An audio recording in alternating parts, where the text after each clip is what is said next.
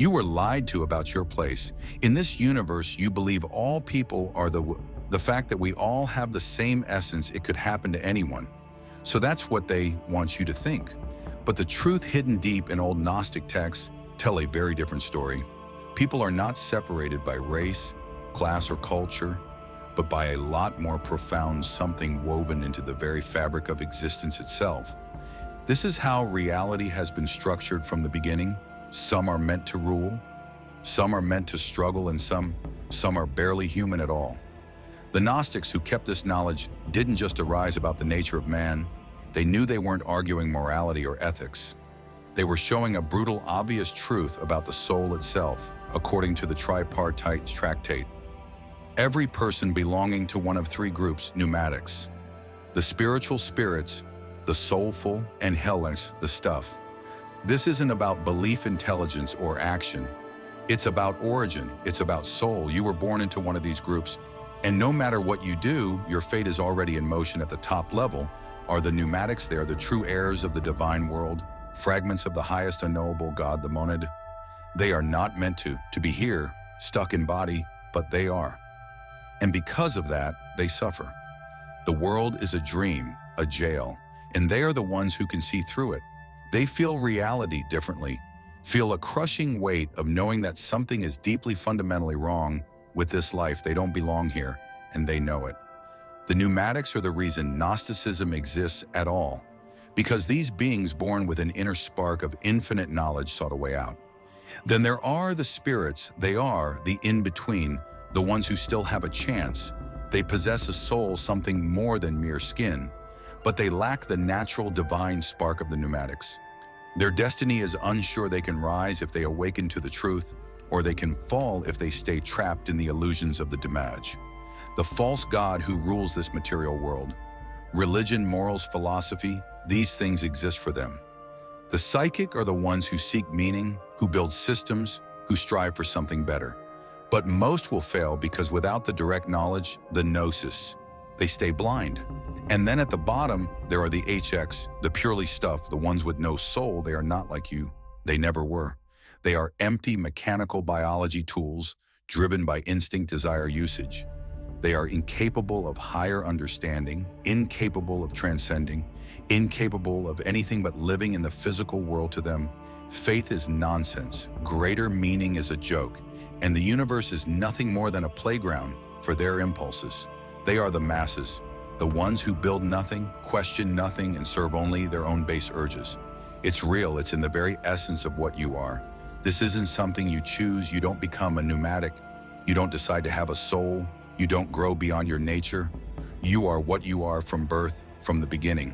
And that means some people, no matter what they do, will never understand the truth. They will never question the world they are given. They will never break free from the demi-edge control, and worse, they don't want to. The HX aren't just blind, they are the prison itself. They are the chains, the weight that drags the world down, keeping it locked in ignorance. This is the understanding that the masters of this world do not want you to have. Because if you understand this, you see why things are the way they are, why corruption thrives, why ignorance reigns, why despite thousands of years of civilization, enlightenment stays out of reach. It's not a mistake. It's not a failure of education and culture or technology. It's built into the system itself. The world wasn't made for pneumatics. It was meant to trap them. It was built for the hillocks, ruled by the psychics, and organized to ensure that the truth is always buried, always suppressed, always dismissed as plot heresy, madness. Because if the pneumatics ever realize who they truly are, if they ever remembered the truth, they would burn this entire false world to the ground. So ask yourself right now, who are you? They don't want you to know how this world was really built, not by nature, not by chance, not by a kindly creator. This world is a war zone, and you are stuck in the middle of it. You weren't born into peace. You were born into an old cosmic battlefield that stretches beyond time itself. And unless you understand the forces at play, you're nothing more than a pawn in someone else's game. Here's the part they never told you. The structure of existence wasn't an accident. This entire reality was made by a Rogan, a being from beyond, who broke away from the true divine order and made a counterfeit truth. And that's the world you live in. Not a heaven, not a test, not a place of growth. This is a trap built by an entity who never should have had the power to create anything. The old Gnostics wrote about this in depth. In the beginning, the Aeon lived in a perfect balance, coming from the One, the source of all existence. But one of them, the lowest, the poorest, the most incomplete, tried to act alone. And in doing so, it split reality itself. This Aeon's birth was an abomination, a twisted, broken world filled with fighting, ignorance, and suffering. This is not the world that was meant to exist. This is a mistake, and you are living in it. This Rogan didn't just make a flawed world, it made beings to inhabit it. And those beings, they were broken, split, imperfect. They weren't images of the divine. They were shadows, fragments of something bigger but partial. Weak, faulty, these were the first of the lower beings, the ones who would become the masters of this world, the archons. And here's the part that should make your blood run cold. These are the entities that control your world. The archons were never meant to appear, but now that they do, they hold on to power at any cost. They don't want balance. They don't want information. They don't want you to wake up, because if you did, you would see what they really are, of imposters, parasites, cosmic tyrants living off the very presence of those who still carry the divine spark. The Triple Tractate explains how this corrupted order spread like a disease, twisting everything it touched. The pneumatics, the ones who still carry true knowledge, became hunted, silenced, erased from history.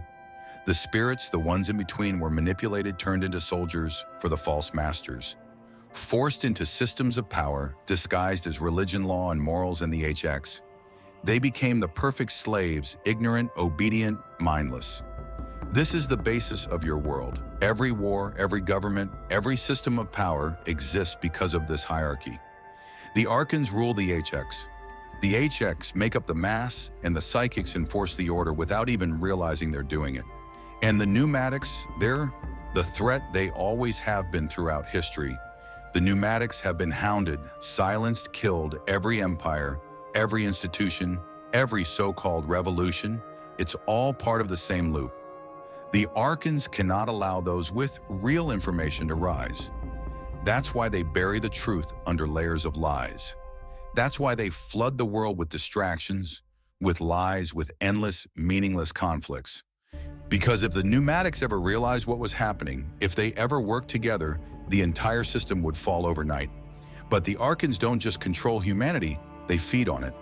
The Triangular Tractate describes them as hungry as entities that live on pain, conflict, and stupidity. This is why wars never end. This is why the world is built to keep you distracted, exhausted, split, because the more chaos there is, the more power they have. And here's the final, most brutal truth. Most people will never flee this system. The HX will never question it. The psychics will keep enforcing it. And the pneumatics, they're outnumbered. They're solitary. They're hunted. And yet they are the only hope left. Because if there is any way out of this prison, it won't come from the masters of this world. It won't come from governments, religions, or philosophies built to serve the archons. It will come from the few who still remember what was lost, from those who refused to be eaten by the machine, from those who were never meant to be here in the first place. The world doesn't get better. There is no divine justice waiting to balance the scales. The suffering, the ignorance, the corruption. This is the method working exactly as meant. You were born into a game that was rigged from the start. But here's the part that almost no one understands. Even the author of this jail, this damage was just a pawn in something even bigger. The Trio Tractate describes what happened next after the damage. And his errands settled their control. They built their false kingdom, filled it with blind followers, and declared themselves gods. But something they didn't plan for began to happen. The Aeon they had broken away from Logos. The one who had originally turned away from the source realized its mistake. And in that realization, something changed for the first time. The D-Maid was afraid because Logos, the very force that had allowed this broken world to exist, had seen the truth.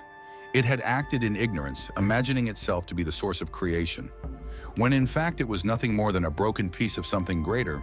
And when it saw what it had done, when it realized that it had helped build a cosmic prison, it tried to stop everything. It started by reaching out to the pneumatics, the only ones capable of hearing the signal through visions, through whispers, through encoded knowledge buried in the very fabric of reality. This is why the Gnostics knew what they knew. They weren't inventing ideas, they weren't speculating. They were listening, and the archons they saw it happening. And they worried, they knew that if Logos is fully awakened, it could undo everything, so they did what they do best. They doubled down on control, they tightened their grip, they made sure the understanding of the pneumatics was mocked, suppressed, and destroyed. They controlled the psychics, twisting their understanding of salvation into loyalty, and for the highs they gave them, distractions, more pleasure, more conflict, more empty pursuits, ensuring that they would never ever stop feeding the machine. But here's what makes this even more crazy. The archons weren't the only ones watching, because if Logos had turned away from the damage, that meant something else was moving behind the scenes, something even older, something even more powerful. The original source, the monad, had never interfered before. It had allowed creation to spiral into chaos, watching as lesser beings warred over bits of its power.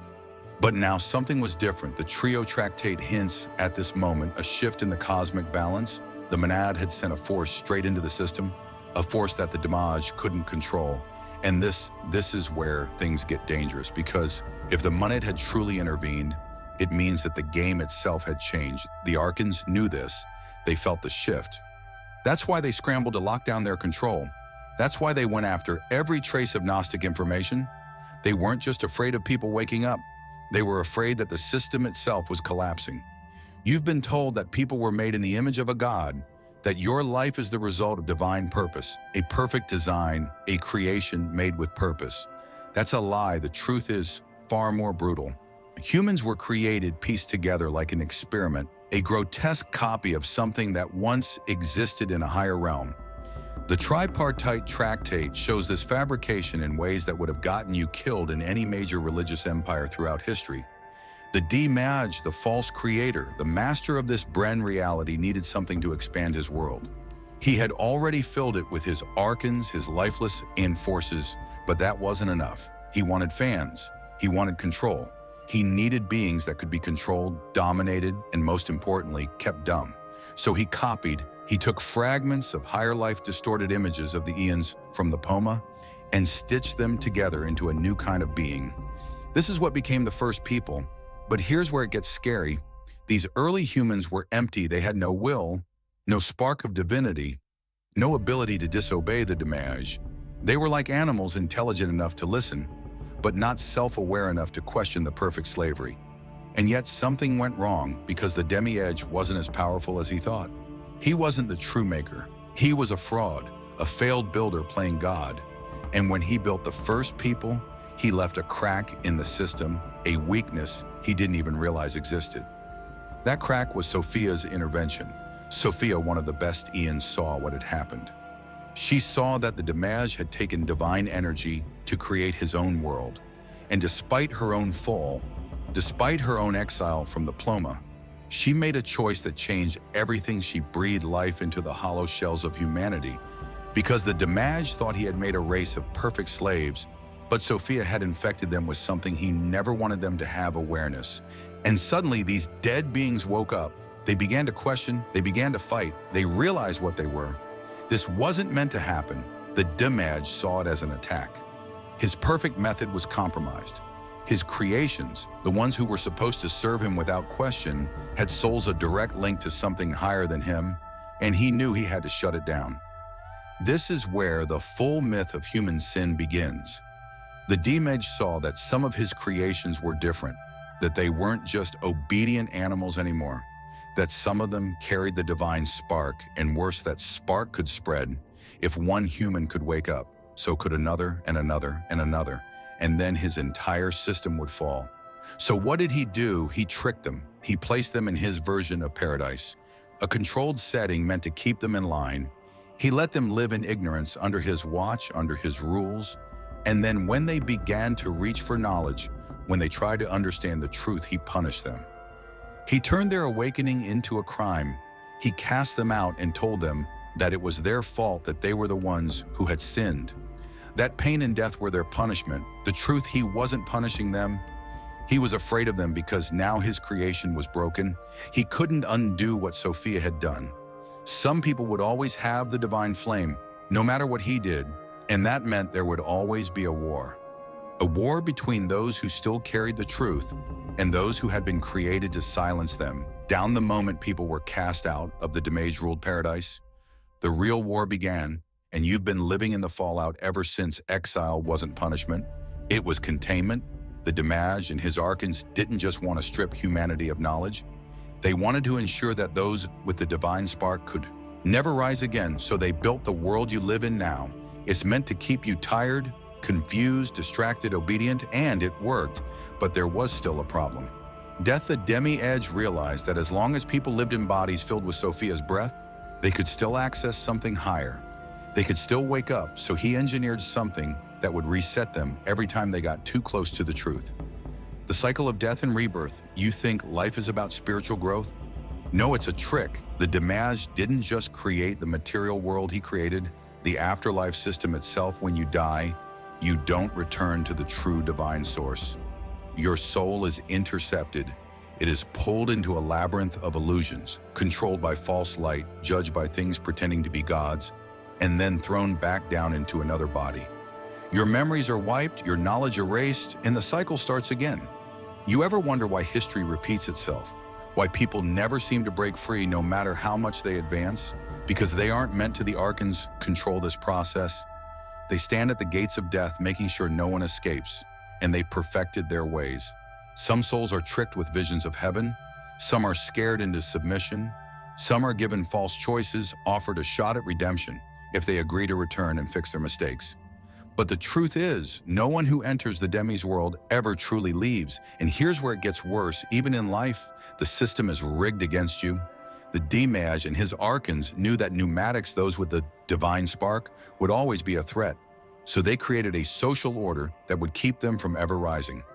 They put the hikes at the bottom, the empty dirt, incapable of rebellion, the perfect workers, the perfect enforcer of the status quo above them.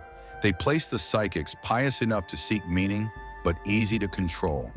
And at the top, the archons and their picked elite, the ones who direct the narrative, shape events, and ensure that no one ever questions who is really in control. The system was never meant to be broken. The Damage and his archons built it to be secure. A perfect machine of control meant to keep humanity locked in an endless loop of ignorance, suffering, and rebirth. But something happened that they didn't predict. A force entered the system that they couldn't control, and it changed everything. The Trio Tractate describes this moment in cryptic feature. The Demi-Edge had cemented his rule. The world was under his dominion.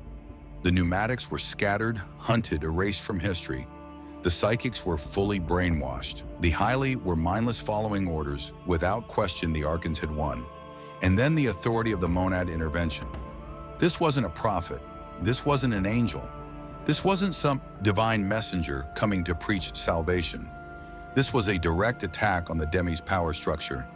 The monad, the true original source of creation, sent an emissary into the system not to win, not to destroy, but to infect it from within, a spiritual Trojan horse. The archons quickly recognized the threat. They knew that if this force spread, it would unravel everything their entire kingdom was built on. Deception on the thought that they were the highest gods, that no better reality existed. But now something was here that proved them wrong, and worse. It wasn't hiding. This force wasn't like the trapped pneumatics trying to wake up. It wasn't like the experts lost in their own confusion. It was awake. It knew exactly what it was doing. It couldn't be deceived, controlled, or tainted, and it began tearing through the system like a wildfire. The Damage had spent eons keeping the divine spark hidden, but this force lit it back up. It started pneumatics wherever they were, causing them to remember, to recognize the lie, to break free of the Iran's training. And here's the scary part. This wasn't some foreign savior coming to rescue people. This force was already inside them. It had always been there, hidden under layers of programming, fear, and deception. The solution didn't introduce something new. It simply unlocked what had been hidden, and the archons lost their minds. They scrambled to shut it down. They rewrote texts, altered beliefs, created entire religions, created to contain this force, Rather than remove it if they couldn't destroy it, they would co-opt it, they would twist it into something safe, something that led people back into the system instead of out of it. That's why every major faith has fragments of truth, but never the whole picture. It's why every so-called way to salvation still keeps you locked inside their domain. Because if you ever truly broke free, if you ever bonded with what was originally inside you, you wouldn't need them at all. You've been conditioned to believe that power comes from the top down, that rulers power nations, that institutions power knowledge, that gods power fate. But the truth, the real truth, is something entirely different. Power has never come from above, it has always come from below. And that is exactly why the Damaj and his archons have spent every age, every civilization, every so-called golden age doing one thing, making sure you never work that out at the tripartite tractate. Lays out a truth that most people can't handle. It doesn't just reveal the nature of this system, it shows the hierarchy within it. A structure meant to extract energy from certain people while elevating others into jobs of control. And that order isn't based on intelligence, morals, or even willpower. It's built on spiritual makeup. The archons knew they couldn't keep control forever. The awakening of the pneumatics was inevitable. So they did the only thing they could. They made a counterfeit. Awakening, they took ancient truth, real esoteric facts, and corrupted them. They made false movements, false faith, false paths to enlightenment that lead right back into the method. They made sure that anyone looking for truth would be drowned in lies, lost in endless rabbit holes, never finding the way out. This is why every age has been marked by revolutions that led nowhere. Why knowledge is revealed, then buried, then rediscovered, then buried again. The pneumatics wake up, they begin to break free, and the system shuts them down before they can bring others with them. They are split, distracted, weakened, and finally erased until the next turn begins. But the Demi made a mistake. The same mistake he has made since the beginning. He thought he could contain the pneumatics forever, that every awakening could be controlled, every movement hijacked, every truth skewed. But there is a tipping point, a moment, when the system is stretched too thin, when the excuses stop working, when the lies fall under their own weight. And that moment is now. For the first time in written history, knowledge is spreading faster than they can suppress it. The Gnostic texts, once buried, are now being studied by the very people they were meant to be hidden from the pneumatics. Once elated, are now linking in ways the archons never anticipated. The false paths are losing their grip. The distractions are failing. The control methods are falling. They knew this day would come, the moment when the machine would start to break, when the deception would begin to unravel, when the ones they feared most, you would wake up. The Damaj and his Iran spent eons building castles of lies, ensuring that no one would ever escape. They built entire civilizations, wrote entire religions, created entire histories, all meant to keep you from understanding the truth. But they made a deadly mistake. They assumed you would never remember who you are. The tripartite tractate doesn't just describe the prison, it describes the end of it. It lays out the moment when the pneumatics understand their power, when the veil of power is lifted, when the entire game crashes from the inside out. And that's not some distant thing, some forecast waiting to be fulfilled. It's already happening. The archons tried to flood the world with distractions, false awakenings, endless noise. But they misjudged how fast the truth could spread. They thought they could buy more time. They were wrong, because now you see them. And here's the part they don't want you to know. They never had real power to begin with. The Demi-Ed isn't a god. He never was. He is a failure, a rogue creature, a broken piece of something far greater. Is Aaron's nothing more than bugs, living off what they could never create themselves. Their power has always depended on one thing: your ignorance. That's why they have kept you distracted, divided, exhausted. Because the second you stop playing their game, they have nothing left. So what happens next? The Trio Tractate makes it clear the three types of will meet their fate. The pneumatics, the ones who always carry the divine spark, will return to their home place.